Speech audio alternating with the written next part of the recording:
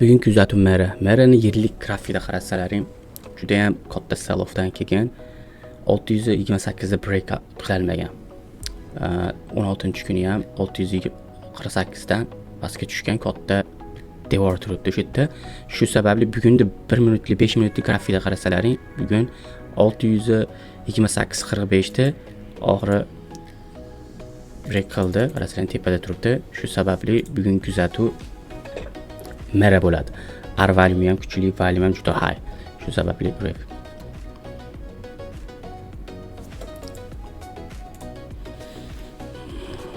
Market ochildi.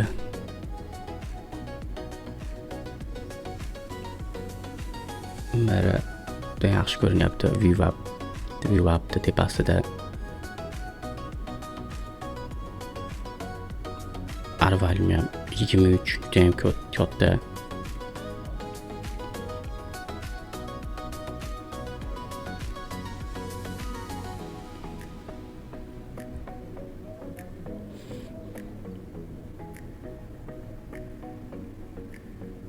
%630'da katta asklar turibdi, katta devor 630 levelda.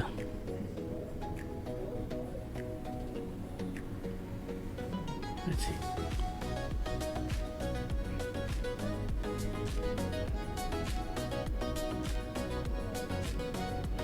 %630'da kirishi mumkin. Mera R4 ustida ham bo'lsa R4 break qildi hozir.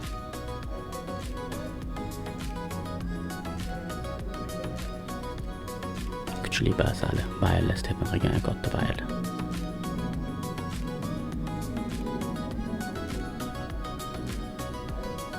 Shuna fake out qildi risk.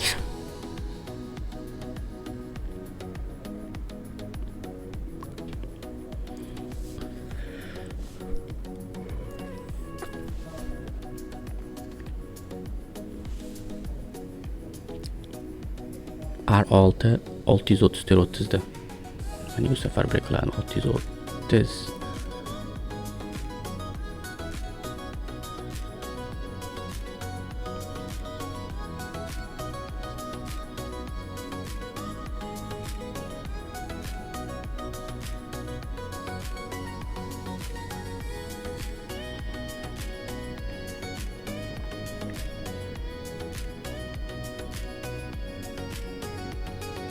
%630'da katta devor. Yani 630'da ushlab turaladim. 130 ushlab tursa 630'dan kiramiz. 630'dan kirdim. Har bitta kontrakt $160 tushdi.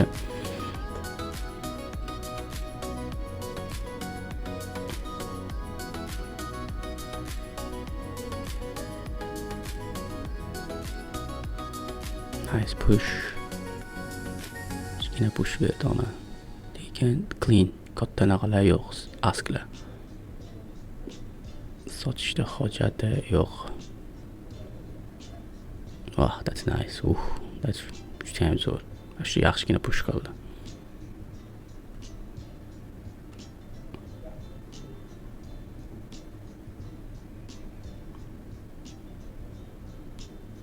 %633 ham katta sellerlar yo'q.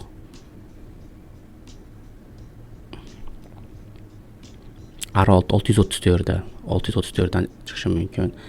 Yarim kanatdan chiqib ketdim, $236 chiqib ketdim. 160dan kirib 236, 39da yarimini. Yana ushlab turibman chunki R6 ga yaqin уже. R6 ga, R6 ga.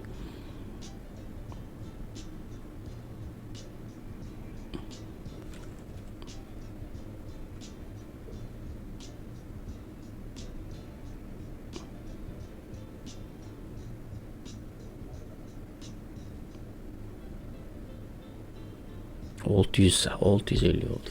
Yaxshigina juda. Umuman sellerlar yo'q, sellerlar. Baylar keep stepping. Baylar bitlar kuchli.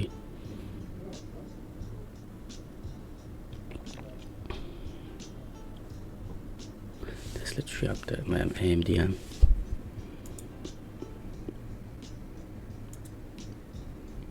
Bitta kontrakt ushlab turibman. Oxirgi kontrakt. Break even'da sotaman buni ham.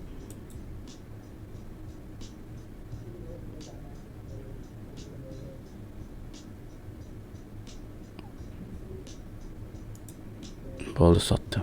Oxirgisini ham. Oxirgisini $336 sotdim. Shu bilan bugungi kun tugadi. Sog' bo'linglar, ko'rishguncha.